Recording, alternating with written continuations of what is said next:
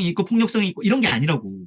사실 unconscious인데 어때요? 이걸 어댑티브하게 만들 수 있어요. 즉 적응 무의식으로 만들 수 있단 말이에요. 이 적응 무의식이 잘 발현되면 그게 뭐가 되는 거예요? 전문가적 직관이 되는 거예요. 사실 우리는 시스템 1을 쓰지 말고 시스템 2를 써라. 그래야지 더 합리적이고 이성적인 인간이 된다. 심리학자들 이런 얘기 하지 않아요. 여러분들의 판단과 의사결정을 더 잘하려면 시스템 1을 더 잘 쓸 수 있어야 돼. 그러면 일단 뭐 해야 돼? 시스템 1의 에러를 방지할 수 있어야 돼요. 그게 시스템 2로 시스템 1의 에러를 우리가 미연에 방지할 수가 있어요. 두 번째는 뭐냐면 여러분들이 갖고 있는 그 영역, 해당 영역 있죠. 여러분들의 업무 영역에서 시스템 2를 쓰면서 그게 뭐가 되는 거야? 자동화되면 시스템 1으로 갈 거 아니에요. 그렇게 만드는 그 방식들 중에서 몇 가지의 효과적인 방식을 쓰시면 돼요. 그러면 진짜 멋진 전문가가 되시는 거예요. 자, 근데 이제 여기까지 좀 정리해 볼게요. 언제 우리가 고정관념에 더 의존해요? 언제 의존해요? 언제 그러냐면 하이 어라우절 상태. 또 뭔가 여러분들 시간적 압박을 느끼고 흥분을 많이 느끼고 또뭐 이런 스트레스 많이 큰 상태 있죠. 요 상태. 요 상태일 때는 사람들은 어디로 가요? 시스템 1으로 가요. 근데 이 시스템 1은 어댑티브 언컨셔스가 아니야. 이럴 때가 뭐가 되는 거야? 이게 부적응 무의식이 돼요. 멜 어댑티브가 되는 거야. 그러니까 사람들의 어댑티브 언컨셔스는 되게 좋은 거예요. 이거 언제 그래요? 이런 압박이 없을 때야. 자연스럽게 여러분들 전문성이 나올 때야. 시스템 1으로 나올 때. 근데 사람들은 그렇지 않아요. 사람들은 왜? 에러를 많이 일으켜. 편견과 고정관념에 시달려가지고 그냥 이거 외에는 다른 걸 못 봐. 무조건 나쁜 거야. 이건 자기 고집대로 움직여. 이건 뭐야? 시스템 1이에요. 이게 에러야. 이거 에러 주려면 뭐 해야 됐다고요? 시스템 2가 개입이 돼야 돼. 근데 시스템 2의 개입의 여지가 없어지는 게 어떤 상태냐면 여러분들 스트레스가 과도한 상태예요. 하이 어라우저런 상태야. 그러니까 여러분들 잡 스트레스를 잘 관리하는 거 있죠. 이건 다시 말씀드리면 이건 뭐 하는 거예요? 여러분들의 판단과 의사결정의 정확도를 높이고 더 합리적으로 의사결정을 하는 방법 중에 하나예요. 잡 스트레스 관리가. 그래서 제가 사실 뭐 나중에 또 기회가 있으면 이런 스트레스에 관련된 얘기도 좀 정리해서 드리면 좋을 텐데 언제 또 이런 기회가 있을지 모르겠습니다. 물론 잡 스트레스에 관련해서는 뭐 수없이 많은 사람들이 얘기하고 있지만은 조직 심리학자들이 얘기하는 잡 스트레스는 여러분 들어본 적이 없잖아요. 조직 심리학자들이 얘기하는 그러니까 번아웃이라든가 워크 인게이지먼트 이런 용어들은 사실은 그 프로이덴버거라고 하는 이런 심리학자들이 만든 용어고요. 그리고 심리학자들이 만든 용어를 사실 이런 조직에서 가장 크게 유행시킨 사람들, 그 사람들이 조직 심리학자들이거든요. 하지만 우리나라에서 조직 심리학자들이 워낙 조용하기 때문에 저는 여러분들의 인생의 유일한 조직 심리학자잖아요. 저 외에 다른 조직 심리학자를 아는 분이 아무도 안 계시잖아. 그래서 뭐 이렇게 뭔가 워낙 조용하기 때문에 뭐 우리가 그렇긴 하지만 사실은 이런 잡 스트레스에 관련된 전체적인 메커니즘이라든가 또 이걸 잘 관리할 수 있는 방법들 또 여러분들이 타고난 전문성을 더 잘 개발할 수 있는 그런 조직 내에서 그런 방안들에 대해서는 아주 훌륭한 연구들이 너무 많아요. 많은데 특히나 스트레스 상태는 여러분들이 시스템 1에 의존하고 시스템 2를 못 쓰게 만드는 상태가 된다. 그러니까 이걸 잘 관리하는 게 되게 중요한데 너무 재밌는 게 뭔지 아세요? 뭐 여러 가지 방법이 있지만 제일 좋은 게 뭐냐면 여러분들 스트레스를 이 이노쿨레이션 트레이닝이라는 게 어떤 거냐면 일단 뭐가 필요하냐? 에듀케이션이 필요해요. 그러니까 스트레스가 어떻게 작동하는지, 잡 스트레스가 어떻게 작동하는지를 먼저 알고 있어야 돼요. 그 작동하는 메커니즘 알고 있잖아요. 우리 뭐가 가능하냐면 우리 예측이 가능해. 그러니까 리허설을 해볼 수가 있어요. 그러니까 내가 이런 일을 맞닥뜨리게 되면 이렇게 될 거야. 라고 그걸 내가 리허설을 할 수가 있어요. 그 리허설을 하게 되면 뭐가 되냐? 어플리케이션이 가능해요. 이게 이노큘레이션 시스템이라는 건데 이 트레이닝이라는 건데 이게 어떤 거냐면 다시 말씀드리면 이런 스트레스의 작동 원리를 알게 돼. 그 조직 내에서 잡 스트레스의 작동 원리를 알게 되고 그러면 뭐가 가능해진다고요? 예측이 가능해. 그러니까 머릿속에서 시뮬레이션 할 수 있는 거예요. 그 시뮬레이션 하게 되면 뭐가 돼요? 적용이 가능해요. 이걸 하잖아요. 그러니까 여러분들이 만약에 어떤 되게 극도의 스트레스를 주는 그런 일이 있다고 한다면 예를 들어서 아주 중요한 강의야. 극도의 스트레스겠죠. 이런 스트레스를 주는 강의가 있다면 뭘 알아야 돼요? 메커니즘을 알아야 돼. 내가 그 상태에 들어가면 나는 어떻게 돼? 나의 상리적 상태라든가 또 그 잡이 주는 그 태스크가 준 나에 대한 압박이라든가 또 그 태스크가 또 나한테 주는 밸류가 가치가 있을 거 아니에요. 그게 다 잡 스트레스의 그 메커니즘 안에 들어가요. 일단 이 학습이 필요해요. 이게 에듀케이션이에요. 근데 이걸 단시간에 여러분들한테 다 알려드릴 수 없기 때문에 일단 뭐 개념만 말씀드리면 그거예요. 이걸 내가 아는 상태야? 그럼 뭐 가능해요? 리허설이 가능해. 내가 그런 중요한 강의에서 이러이러한 모습을 보일 것 같다. 또 어떤 반응이 보일 것 같다. 라는 게 리허설이 가능해요. 그리고 실제로 적용이 가능하고 이걸 한 사람과 그렇지 않은 사람은 달라요.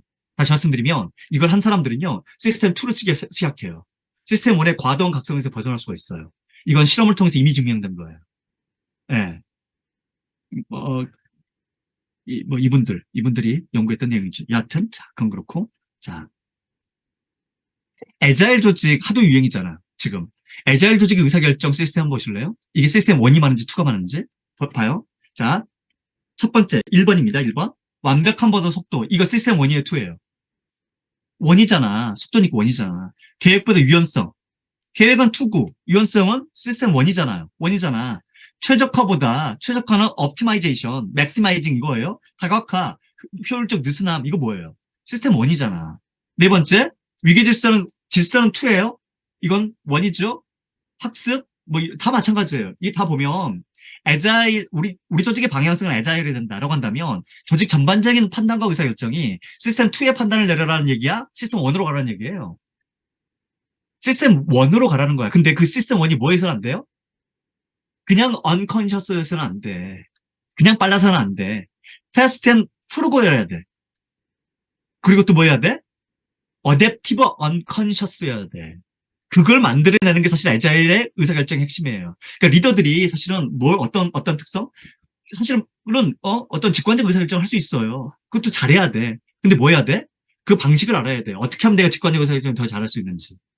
그게 전략적 의사결정의 핵심이에요. 그러려면 뭐가 필요해요? 시스템 2의 트레이닝이 필요해. 아까 우리 5 더하기 2를 7이라고 빨리 수 있는 것처럼. 그리고 시스템 1의 에러를 피해야 돼. 그리고 내가 시스템 1을 더 잘 쓸 수 있는, 직관을 더 잘 쓸 수 있는 그 전문가적 직관을 개발하는 방법도 알고 있어야 돼요. 전문가적 직관의 개발 방법을 반드시 알고 있어야 돼요. 그래서 제가 이번 시간에 말씀드리고 싶은 내용은 뭐냐면 여러분들의 전문가적 직관을 개발하는 심리학자들의 조언이에요. 그 심리학자들의 조언의 핵심은 어디에 있냐면 메타코그니션이에요. 메타코그니션이야. 그러니까 이게 작동되는 순간 여러분들 시스템 1이 더 빛나요. 메타코그니션이 이게 작동되지 않잖아요. 그러면 여러분들의 시스템 1은 망가져요. 자, 제가 아까 말씀드렸죠. 일반인들이 전문가의 도구를 쓴다. 아까 그 포어 홀세스라고 해서 그 헤어지는 부부들의 한 4가지의 전형적인 특성이 보이더라. 그 중에서도 뭐 컨템프트 이런 경멸이나 무시라든가 이거 되게 심하더라. 세게 작동되더라. 그 나머지도 또 3개가 더 있었잖아요. 이게 일종의 전문가적 도구야. 이 도구를 썼을 때 사람들의 판단은 어때요? 더 정확해지더라라는 거예요. 실제로 아까 90%였잖아요. 여기에서 아까 말씀드린 이 감정이 이게 컨템프트에 해당돼. 그러니까 서로 대화 나눌 때 이 언어 있지? 요게 컨템프트에 해당되는 거야 라고 하는 목록을 주는 거예요. 소위 말해서 전문가들이 판단하는 전문가들이 직관 속에 들어가 있는 그 목록 있죠. 그걸 눈에 보이게 시스템 2로 바꿔서 주는 거야. 그러니까 비전문가가 뭘 획득하게 됐어요? 전문가의 도구를 획득하게 됐죠. 그리고 나서 아까 몇 퍼센트? 58%의 정확도였잖아요. 기억나세요? 53%였나? 그거밖에 안 됐단 말이야. 근데 지금 보면 어때요? 이걸 쓰고 나니까 무려 80%까지 정확도가 높아져요. 그러니까 비전문가라도 전문가의 도구를 갖고 있는 것은 그만큼 유리한 거죠. 그러니까 여러분들이 만약에 제가 의사결정을 하는 것도 마찬가지예요. 의사결정의 전문가들이 도대체 의사결정에 세계 최고의 어떤 기업들이 도대체 뭘 하고 있는지 또 이게 어떤 메커니즘을 통해서 이렇게 만들어지고 있는지 그걸 이해하는 게 되게 중요하다. 왜? 우리가 그 도구를 갖게 되는 순간 이전보다 더 좋은 그런 전략을 만들 수 있거든요. 더 좋은 의사결정을 할 수 있거든.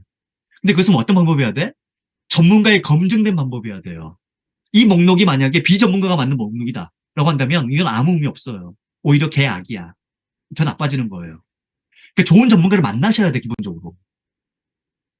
근데 사실 우리가 있는 이 HRD 업계에 나쁜 전문가들이 너무 많잖아요. 또 화가 나려고 그래. 넘어갈게요. 아니, 진짜 말도 안 되는 얘기를 하는데 제가 지난번에 메라비안 법칙도 얘기했지만은 정말 아무런 과학적 아니면은 통계적 근거 없이 막 떠드는 사람들이 너무 많잖아.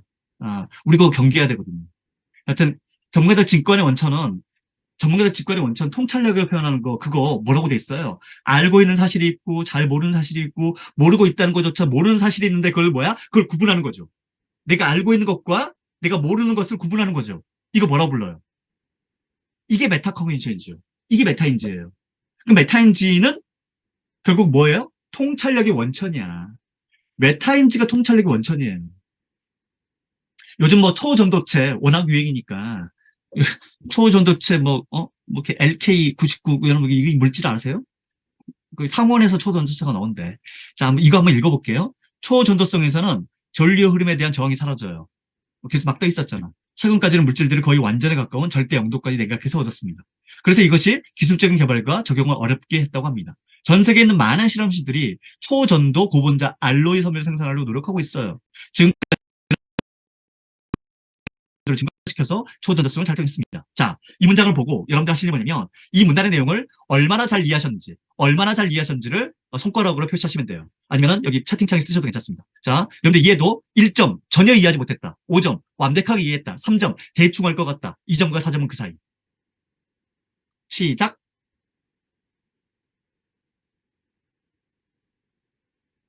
마이너스 5점. 2, 3, 1, 1, 3, 3.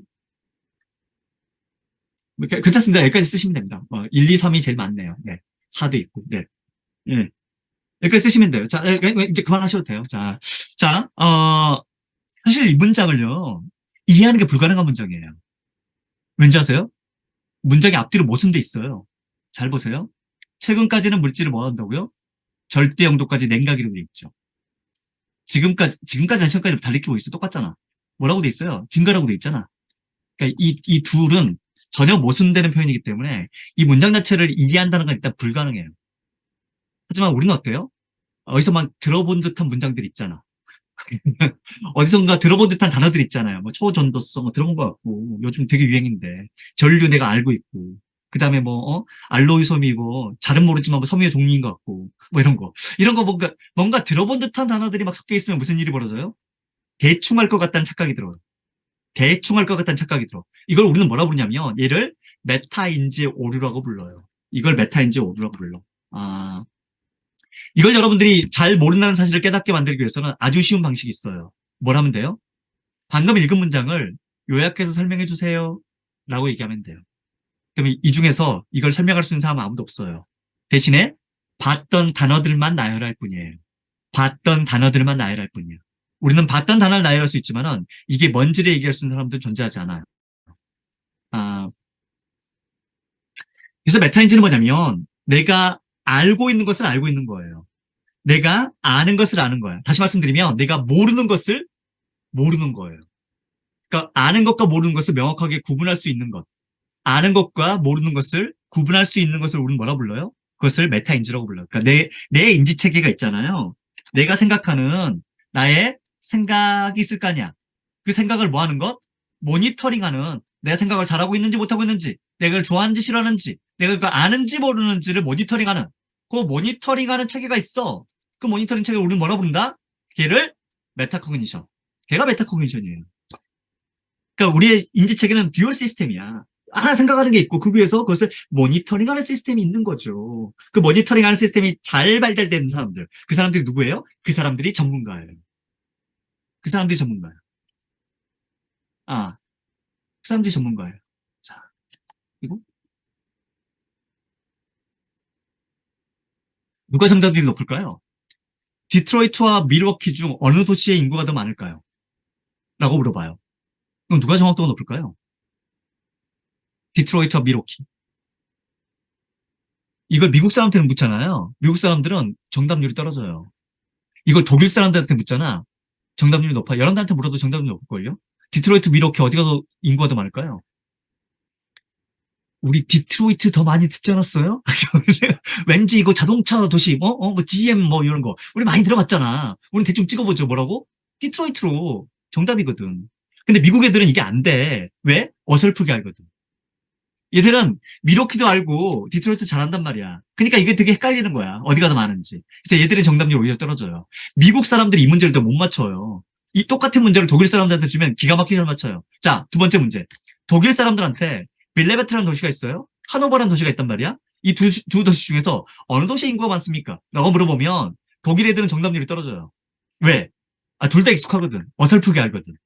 근데 이걸 똑같은 문제를 미국 사람한테 줘. 우리도 맞출걸요? 자, 어디가 더 인구가 많을 거야? 빌레벨트 하노버. 하노버지. 우리 하노버 들어봤잖아. 빌레벨트 좀 덜 익숙하잖아. 정답은 하노버야. 근데 이것도 마찬가지예요. 독일 애들 이거 못 맞춰. 독일 애들 진짜 이거 어려워요, 이 문제. 근데 우리는 어때요? 쉽잖아요. 똑같은 문제. 이걸 미국 애들 되게 쉬워요. 되게 쉬워. 왜?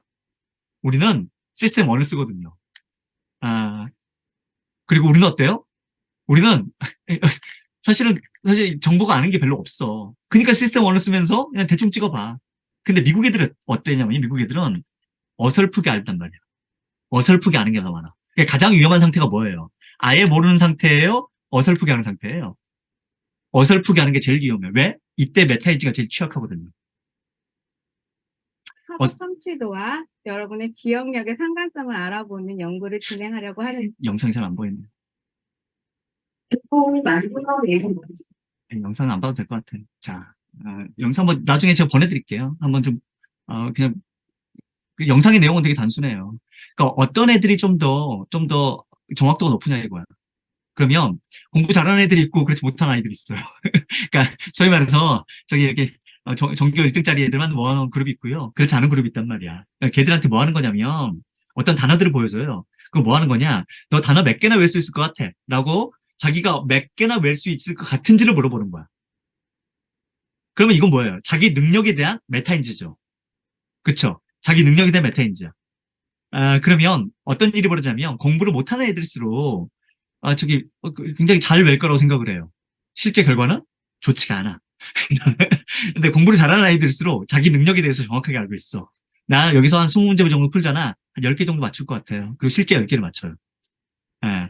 공부를 잘하는 아이들과 못하는 아이들은 큰 차이가 없는 거야. 제일 큰 차이가 뭐냐면 메타인지가 제일 큰 차이예요. 그러면 어떤 질문이 메타인지를 높이는 질문일까요? 메타인지에 관련해서는 사실은 우리나라에서는 컬럼비아 대학의 리사 손이라는 분이 제일 유명하세요. 여러 EBS도 제일 많이 등장하시고 또 요 책이 베스트셀러가 됐기 때문에 워낙 또 유명하죠. 자, 보세요. 한 실험자가 학생을 두 집단으로 나눠서 학습을 시켰어요. 하루 또는 일주일 후에 그 내용을 얼마나 잘 기억할 수 있을 것 같아? 라고 물어보는 게 A그룹이에요. B그룹은 뭐냐면, 야, 얼마나 잊어버릴 수 있을 것 같아? 라고 물어보는 겁니다. 자, 여기에서 자기들의 능력의 정확도, 내 능력이 얼마나 많이 기억하는지를 판단하는 능력, 내 능력의 정확도를 판단하는 능력은 A 집단일까요? B 집단일까요? 어디가 더 높을까? A일까요? B일까요? 즉, 메타인지를 높일 수 있는 질문이 따로 있다는 거예요. A일까요? B일까요? B, 정답 B예요. 그러니까 우리가 이제 메타인지라고 해서 여러분들 뭐만 생각하시냐면 뭐만 생각해요. 내가 아는 것이 있고, 내가 노잉이 있고, 언노잉이 있잖아요. 내가 모르는 게 있잖아. 그러면 뭐야? 이걸 구분하는 거 내가 모니터링 한다고 말씀드렸잖아. 모니터링 하니까 내가 아는 걸 안다고 얘기하고, 모르는 거 모르는 거라고 구분할 수 있는 거. 요거 되게 중요하구나. 근데 이걸 구분을 되게 잘하고 싶잖아요. 잘하고 싶으면 어디에 민감해야 돼요? 아는 것에 민감해야 돼요? 모르는 것에 민감해야 돼요? 모르는 것에 민감할수록 여러분들은 이걸 더 잘 구분할 수가 있어요. 모르는 것에 민감할수록 더 잘 구분할 수가 있어요. 예를 들어서 여러분들이 더 판단과 의사결정을 잘하고 싶으시잖아. 그럼 여러분들이 뭘 알아야 돼요? 내가 어느 영역에서 판단과 의사결정을 잘하는지 이거 알아야 되겠죠. 근데 더 중요한 게 있어. 어떤 것? 내가 언제 판단과 의사결정에 취약한지 이걸 알아야 돼. 여러분 리더십 핵심이 뭐라고 생각하세요? 리더십 핵심이 뭘까요? 내가 갖고 있는 능력을 좀 잘 발휘해서 사람 구성원들을 긍정적으로 이끄는 거 이런 긍정적인 측면일까요? 아니면은 나의 부정성이 구성원들한테 어떤 악영향을 미치는지 이거 아는 능력일까요? 어느 게 핵심일까요? 사람들이 리더로 인해서 힘든 거, 리더로 해서 회사를 떠나는 것은 그러니까 리더십 과정의 방향성도 저는 참 불만이 많은 사람이에요. 왜냐면 리더십은 항상 뭐만 얘기해요? 브라이트 사이드, 밝은 면만 얘기해. 뭐 이렇게 비전과 미션을 제시하고 그걸 동기부여하고 사람들이 이끌어가고 코칭을 하고 그래서 뭐 결과를 만들어내고 이런 얘기 한단 말이야. 물론 그거 하셔야지. 그거 하셔야지. 근데 이거 못한다고 해서 구성원들이 회사 떠나지 않아요. 구성원들이 이직도가 높아지는 순간은요. 이런 리더를 만나지 않아서가 아니야. 어떤 리더를 만났기 때문에 그래요. 정말 개 같은 놈들을 만났기 때문에 그래요. 사실은 구성원들이 원하는 건 진짜 이상한 놈들 피하는 거예요. 많은 기업에서 사람들이 되게 힘들어하는 것은 진짜 이상한 사람 만나는 거 이걸 너무 힘들어하는 거야. 그러면 사실 리더가 뭘 알아야 되냐면 자기가 갖고 있는 어떤 그 특성 중에서 어떤 부정적 특성이 어떤 영향을 미치는지를 이걸 명확하게 더 잘 알고 있어야 돼요. 물론 긍정적 특성이 어떤 긍정적인 영향력을 발휘할지에 대해서도 그거 잘 알아야죠. 이거 둘 다 알아야 되는 게 메타인지잖아요. 근데 뭐가 더 중요해요? 부정 특성의 발현이 훨씬 더 중요해요. 그래서 리더십 진단 중에서 부정 특성을 진단하지 못하는 진단은 그건 쓰레기예요. 그런 진단을 쓰면 안 돼, 리더십 진단에. 그러니까 MBTI 이런 거 쓰면 안 돼. MBTI는 부정성을 얘기하지 않잖아. 성격은 좋고 나쁜 게 없다며. 다 좋은 거라며. 그런 얘기를 리더들한테 하면 안 돼요. 리더들은 뭘 알아야 돼? 본인 성격상, 타고난 특성상 어떤 부정성, 어떤 다크 사이드가 구성원들한테 어떤 악영향을 미치는지, 그래서 사람들 얼마나 힘들게 만들 수 있는지, 이거 알고 있어야 돼요. 이게 훨씬 더 중요하거든. 이게 메타인지의 기본이에요. 어, 이게 메타인지의 기본이거든요. 그래서 리더십 진단을 할 때, 리더십 강의 많이 하시니까 진단지에 부정적 특성을 진단할 수 있는 항목이 없다. 그거 진단지 잘못된 거예요. 그런 거 쓰시면 안 돼. 그 성격에서도 헥사코나 빅5는 부정 특성이 다 들어가 있어요. 뉴로티시즘이든, 아네스트 휴밀리티든 다 들어가 있단 말이에요. 근데 MBTI는 그런 게 없잖아. 디스크 이런 거 없잖아. 버크만 이런 거 없잖아요. 애니어그램 이런 거 없잖아. 왜 그런 걸 쓰시는 거예요? 예. 그건 사실 논리적으로 맞지 않은 방식이에요. 그, 저희 같은 심리학자들이 사실은 좀 죄송하지만 이런 표현에서 너무 죄송하지만 경멸하는 방식이에요. 그러니까 이런 사람들이 많을수록 사실은 우리의 HR은 점점 후퇴하고 있는 거예요. 그렇게 쓰시면 안 되거든. 물론 MBTI가 유리할 때가 있어요. 써야 될 때, 쓸 때가 있단 말이에요. 하지만 리더십 진단은 쓰시는 거 아니에요. 리더십은 다크사이드 반드시 진단하셔야 돼. 뭐 이 사람이 갖고 있는 어떤 사이코패스적 특성, 이 사람이 어떤 나르시시즘, 이 사람이 갖고 있는 마키아벨리즘, 또 뿐만 아니라 이 사람의 어떤 네거티브 어펙티비티, 또 아무튼 이런 다크들에 관련해서 얘기할 수 있는 진단이 리더십 진단은 더 적합해요. 더 적합해. 이게 메타인지도 마찬가지죠. 메타인지도 뭐가 더 중요해요? 내가 모르는 것에 대한 인지가 아는 것에 대한 인지보다 훨씬 더 중요해요. 이걸 여러분들 알고 있잖아요. 그러면 여러분들 분야에 더 전문가가 되시는 거예요. 그렇죠? 이분이 리사손이고 이게 저죠. 아, 이분이 이 책 쓰신 리사손입니다. 네, 넘어갈게요. 네. 그래서 고성과 조직과 평범한 조직의 차이, 이를 보면, 고성과 조직과 평범한 조직의 차이를 봐요. 그러면 뭐가 달라요? 우리가 흔히 착각하는 건 뭐냐면 이거야. 아, 이러닝에서 봤대요. 좋은 교수님. 네. 퍼포먼스 앤 리워즈라는 게 있죠. 아, 이게 빨간색으로 보이는 거 있잖아요. 빨간색으로 보이는 게 뭐냐면 고성과 조직과 평범한 조직의 실제 차이야. 차이를 숫자로 나타낸 거예요. 이게 회사관 신경 안 써도 돼요. 빨간색만 봐요. 그러면 성과에 따른 보상이 있죠. 성과에 따른 보상은 마이너스 3점이야. 이 얘기는 뭐예요? 고성과 조직의 성과에 따른 보상과 평범한 조직의 성과에 따른 보상의 차이가 크다 적다. 적다는 거죠. 그 성과에 대한 보상의 불만은 고성과 조직이든 평범한 조직이든 다 있다. 이렇게 보시면 돼요. job satisfaction. 그 직무에 얼마나 만족하느냐. 이걸로 고성과 조직과 평범한 조직 알 수 있어요? 없어요? 없어요. 그러니까 직무 만족도로 그 회사의 성과를 평가하는 것은 말도 안 되는 짓이에요. 말도 안 되는 짓이야. 제가 그걸 평가하지 말라는 게 아니라 그것만 가지고 사람들이 얼마나 직무에 만족하는지만 가지고 그 회사의 성과를 얘기하는 것은 그건 불가능해요. 다른 증분 설명을 갖고 있는 다른 지표가 반드시 있어야 돼요. 그런데 얘는 가능해요. 얘 가지고 설명해도 돼. 얘가 뭐냐면 커리어 디벨롭먼트예요. 경력 개발이야. 이게 무슨 얘기냐? 구성원들이 회사에 와서 매일매일 성장한다는 느낌을 갖고 있어. 매일매일 뭔가를 배우고 있어. 요 느낌 있잖아요. 학습과 성장이라는 것을 매일매일 느끼고 있죠. 그럼 이 조직은 고성과 조직의 가능성이 높아요. 왜? 점수의 차이가 크잖아요. 점수의 차이가 크잖아. 결국은 학습하고 성장하는 문화를 만드는 것이 그 조직에 뭘 예측하게 만들어줘요? 성과를 예측하게 만드는 뭐보다? 성과 보상이라든가 직무 만족이라든가 이거보다 훨씬 더 잘 설명을 해줘요. 훨씬 더 설명을 되게 잘해줘. 이게 학습 행동이에요. 학습 행동이 실제로 설명을 되게 잘해주거든요. 그러면 우리가 메타인지를 활성화한다, 조직에서. 이 얘기는 뭐예요?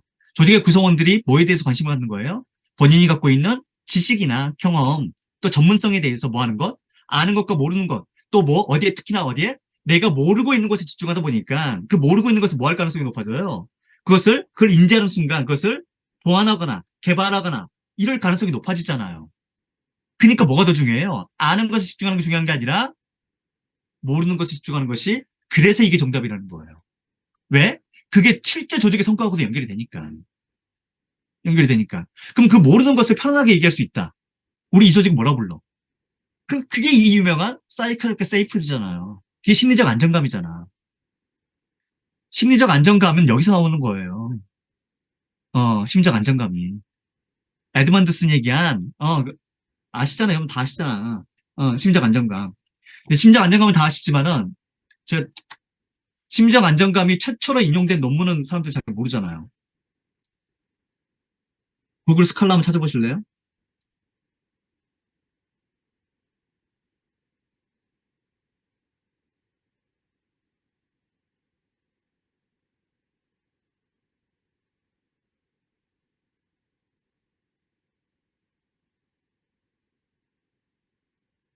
네, 좀 옮겨드릴게요. 보이시죠?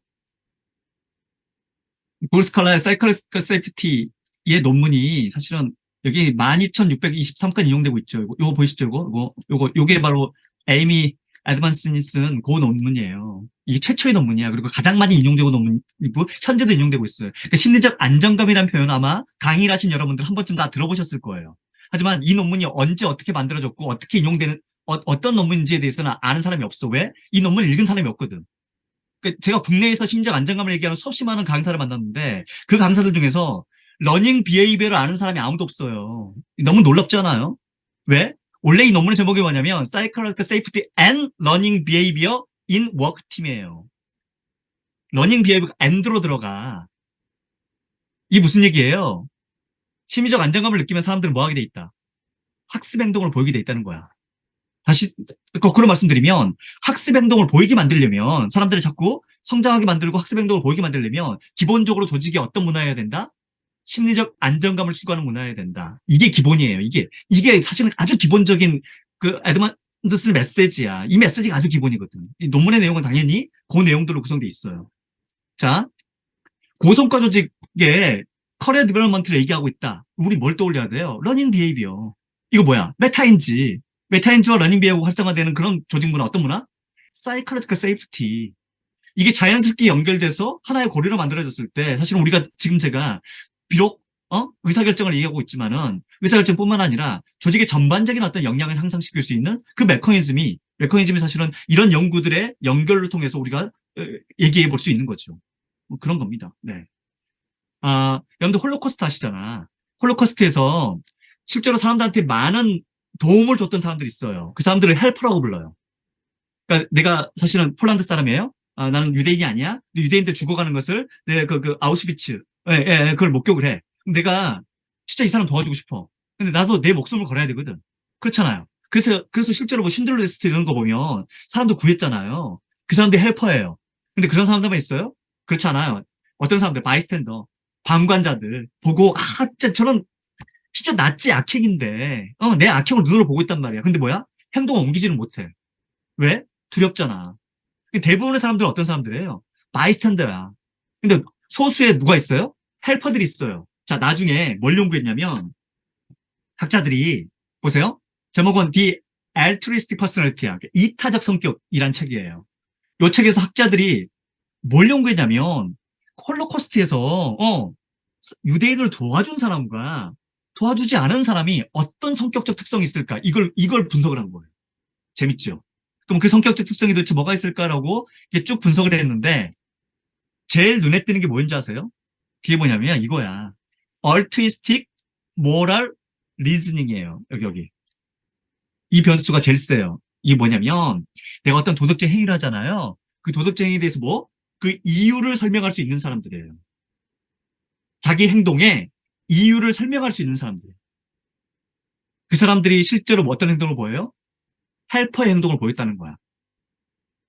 자, 기본적으로 메타인지는 뭐였어요? 내가 아는 것과 모르는 것을 구분하는 거였죠. 그것도 뭐 하는 거? 내가 아는 것을 설명할 수 있는 거예요. 그러니까 여러분들이 아는 정보를 가지고 조합해서 그것을 설명할 수 있으면 그건 메타인지가 높은 사람들이에요. 그게 전문가들이야. 근데 내가 아는 것을 설명을 못해. 대충 할 것 같아. 내가 어디서 들어본 것 같아. 이거 뭐 전문가예요? 전문가 아니죠. 사이클 세이프티를 들어본 것 같아. 내가 이거 어디서 안 것 같아. 뭐 사람들이 뭐 이렇게 안정감을 가지고 하면 마음대로 얘기해도 된대. 그 얘기하게 만드는 것이 그런 문화 만드는 게 그게 심리적 안정감이래. 어디서 들어본 것 같아, 이게. 이게 딱 어디서 들어본 수준이야. 이거 전문가예요? 전문가 아니에요. 그 전문가는 어떤 사람이에요? 여러분들이 아는 정보를 연결시켜서 그걸 설명할 수 있는 사람들이야. 내가 어떤 이타적 행동을 했다면 그 행동을 설명할 수 있는 사람들이 어떤 사람들, 그게 헬퍼예요. 나중에 이런 비슷한 논문들은 어디서 나오냐면 Give and Take라는 그 애덤 그랜트의 책에 나와요. 기버가 있고 매처가 있고 테이커가 있잖아요. 근데 그 중에서 기버들이 다 성공해요? 아니잖아. 기버들 중에서 진짜 남 퍼주기 좋아하고 남의 이익 먼저 챙겨줘. 근데 뭐야? 자기는 아주 그지같이 사는 사람들 있잖아. 조직도 마찬가지죠. 남 일 다 도와주다가 내 거 못 챙기고 이런 사람들. 그 사람들 뭐라 불렀어요? 셀플리스 기버라고 불렀죠. 번역자가 이거 어떻게 번역했어요? 훌륭한 번역이었잖아. 호구잖아요, 호구. 호구로 번역을 했거든. 나 이 번역자 너무 좋아. 너무 뭐 이렇게 훌륭하게 번역을 했어. 셀플리스 기버라고 영어로는 돼 있지만은 셀플리스 기버예요? 기버. 근데 얘들을 뭐라고 번역했어? 이게 호구야. 호구로 번역했어. 진짜 호구거든. 이제 멋진 번역 아니에요? 이런 훌륭한 번역자들이 많은데 여하튼 요게 뭐냐면 어, 실제로 모든 어떤 기버들이 다 성공하는 건 아니에요. 성공하는 기버들이 있고요, 호구가 있어. 그럼 그 기버들 중에 성공하는 사람들은 어떤 사람들이에요? 이런 특성이 있는 사람들이에요. 이런 특성이 있는 사람들이에요. 즉 메타인지가 높은 사람들이에요. 설명할 수 있는 사람들이에요. 아, 제가 이제 시간이 얼마 남지 않아서 제가 메타인지를 높이는 설명법을 몇 가지를 제가 준비했어요. 크게 한 세 가지예요. 근데 여러분들이 진짜 중요한 거 일단 첫 번째부터 하나씩 좀 짚고 넘어갈게요. 첫 번째는 뭐냐면, 자, 우리가 이제 내가 했던 행동에 대해서 내가 다시 설명할 수 있어야 돼요. 그러면 이걸 우리가 보통 바둑을 복귀한다고 얘기하죠. 복귀한다고 얘기하잖아요. 그러면 누가 복귀를 잘할까요? 바둑 복귀를 잘하는 사람. 누가 복귀를 잘합니까? 바둑을 잘 두는 사람 있죠. 바둑에 대한 지식이 있는 사람이에요. 바둑에 대한 지식이 있으면 얘를 복귀할 수 있어요. 바둑에 대한 지식이 없으면 복귀가 불가능해. 그러니까 여러분들이 이미 갖고 있는 지식은 사실은 여러분들 뭐 설명할 수 있는 수준의 지식이어야지 의미가 있는 거예요. 그럼 그 지식이 도대체 뭐냐 이거야. 설명할 수 있는 지식이 뭐냐 이거야. 그러면 바둑이라는 게 뭐예요? 바둑은 기본적으로 내가 흑돌이 하나 놓이고 그 다음에 백돌이 놓이고 백돌이 여기 놓였기 때문에 그 다음에 흑돌이 놓이고 또 이 백돌 때 여기 흑돌 이렇게 다 뭐야? 어떤 구조로서 다 존재하는 거예요? 인과 구조로 존재하죠. 원인과 결과의 구조로 존재해요. 이게 원인이고 결과야. 그래서 이런 걸 낳는 거야. 이게 바로 뭐야? 이게 설명할 수 있는 수준의 지식이에요. 그러니까 여러분들이 갖고 있는 지식이 뭔가가 있는데 그게 설명이 안 돼. 그럼 뭐야 이건? 그 인과 구조를 몰라. 인과 구조를 모르는 거 지식이에요? 그거 아니에요. 그러니까 여러분의 전문성이 빛나려면 뭐 해야 돼요? 인과적 지식이 필요해요. 그냥 내가 지식이 아니라 그걸 원인과 결과로 설명할 수 있는 지식이야. 그게 인과 지식이에요. 그게 causal knowledge라고 불러요. 이게 정말 중요해요. 예를 들어서 여러분들이 화장실에 그 변기를 이렇게 누르잖아. 변기를 이렇게 딱 누르면 변기가 물이 쭉 내려가죠. 근데 간혹 이게 변기가 막히잖아요. 그쵸? 변기가 막히는 이유가 뭐야? 라고 사람들한테 물어봐요. 실제로 그런 실험이 있어요. 변기가 막히는 이유가 뭘까? 라고 물어봐요. 그럼 사람들은 뭐라고 얘기할까요? 일단 첫 번째, 내가 변기가 막히는 이유에 대해서 알고 있다. 라고 응답을 하는 겁니다. 1점부터 5점까지 하는 거예요. 변기가 막힌 이유를 알고 있다. 그래서 사람들이 얘기해요. 변기가 막힌 이유를 알고 있다면 뭐도 할 수 있어야 돼요. 그 이유를 아니까 원인을 해결할 수도 있어야 되겠죠. 그 해결할 수 있다. 라고 하는 것 때문에 1점부터 5점까지 평가하는 겁니다. 자, 변기가 막히는 이유를 알고 있다. 그래서 대학생들한테 이 질문 던졌어요. 사람들이 뭐라고 그래? 대학생들이 한 4.5점 다 응답을 해요. 알 것 같대. 이거 고칠 수 있다? 응답을 해요. 4.5점 이렇게 응답을 해. 왜? 아니, 알 것 같으니까. 실제로 그 막힌 변기를 애들한테 갖다 줘요. 풀어보라고. 애들이 풀까, 못 풀까요? 못 풀어요. 왜? 애들은 모르거든. 실제로 변기가 어떻게 생겼는지 그 인과 지식이 없어요. 근데 왠지 알 것 같아. 왠지 알 것 같아요. 왠지 알 것 같아요. 그걸 뭐라고 보냐면 인과 지식과 그냥 지식의 차이예요. 그러니까 여러분들이 전문성이 빛나려면 뭐 해야 돼요? 인과 지식이 있어야 돼.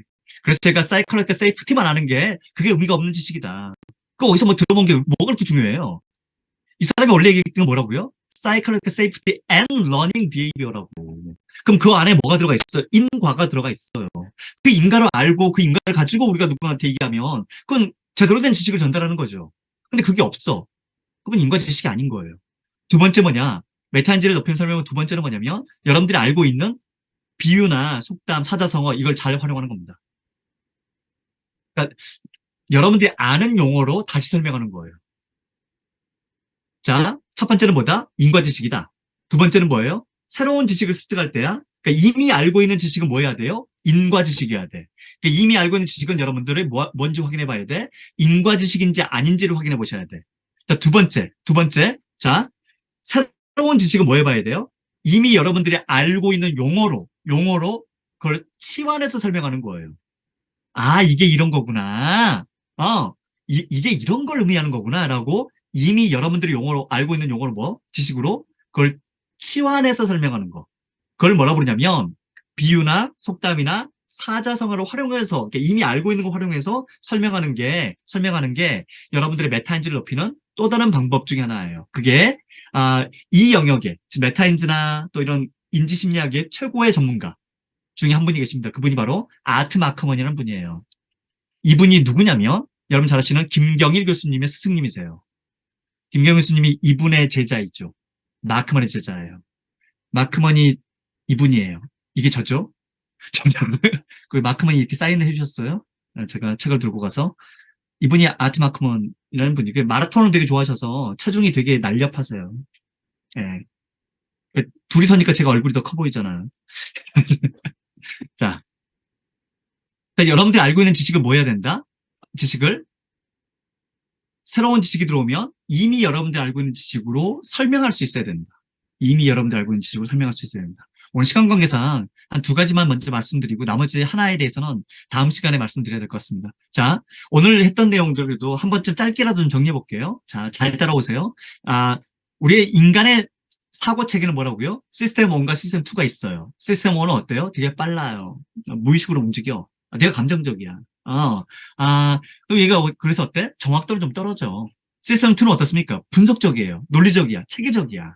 그래서 얘는 에러는 좀 줄어들어. 문제는 뭐냐면 사람들이 인적 구두쇠야. 그래서 시스템 2를 잘 안 쓰려고 들어. 원으로 자꾸 가려고 든단 말이에요.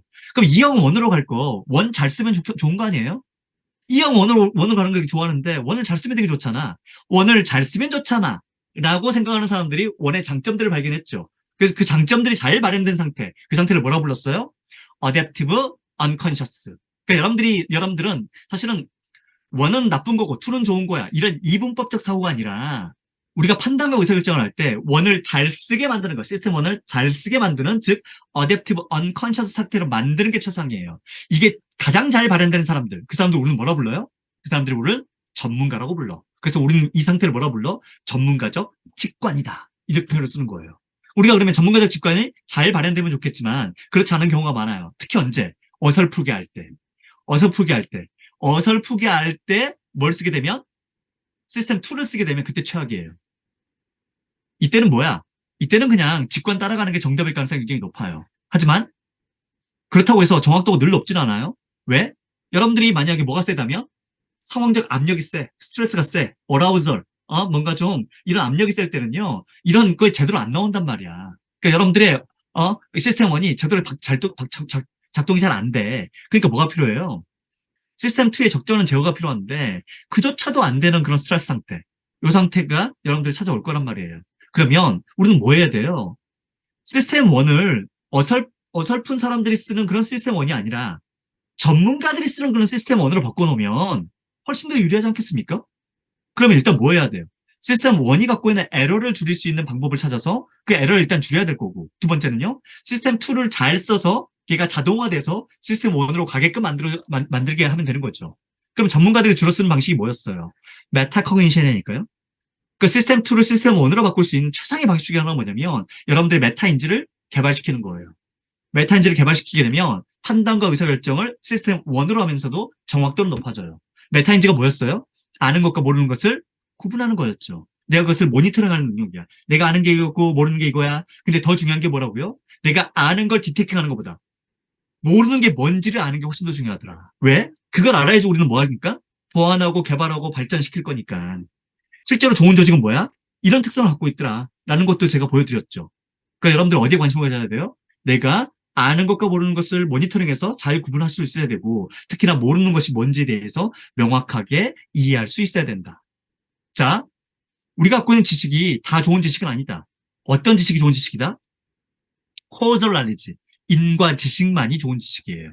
그러니까 여러분들이 어떤 걸 알고 있다면 그 알고 있는 것은 뭐 해야 돼? 이게 원인과 결과로 인과적으로 얘기할 수 있어야 돼요. 내가 어떤 개념을 알아가 아니라 그 개념의 원인과 결과를 얘기할 수 있어야 돼요. 그 원인과 결과가 엮이게 되면 우리는 뭐가 가능해요? 설명이 가능해져요. 설명이 가능해져. 원인과 결과의 지식을 갖고 있으면 우리는 설명이 가능해져요. 설명이라는 체계를 여러분들 장착시키는 순간 여러분들 영역에서 어떤 질문이 떨어져도 또 어떤 문제가 생겨도 그것을 여러분들은 해결할 수 있는 기본적인 메커니즘을 확보하고 있는 거예요. 이게 너무 중요해요.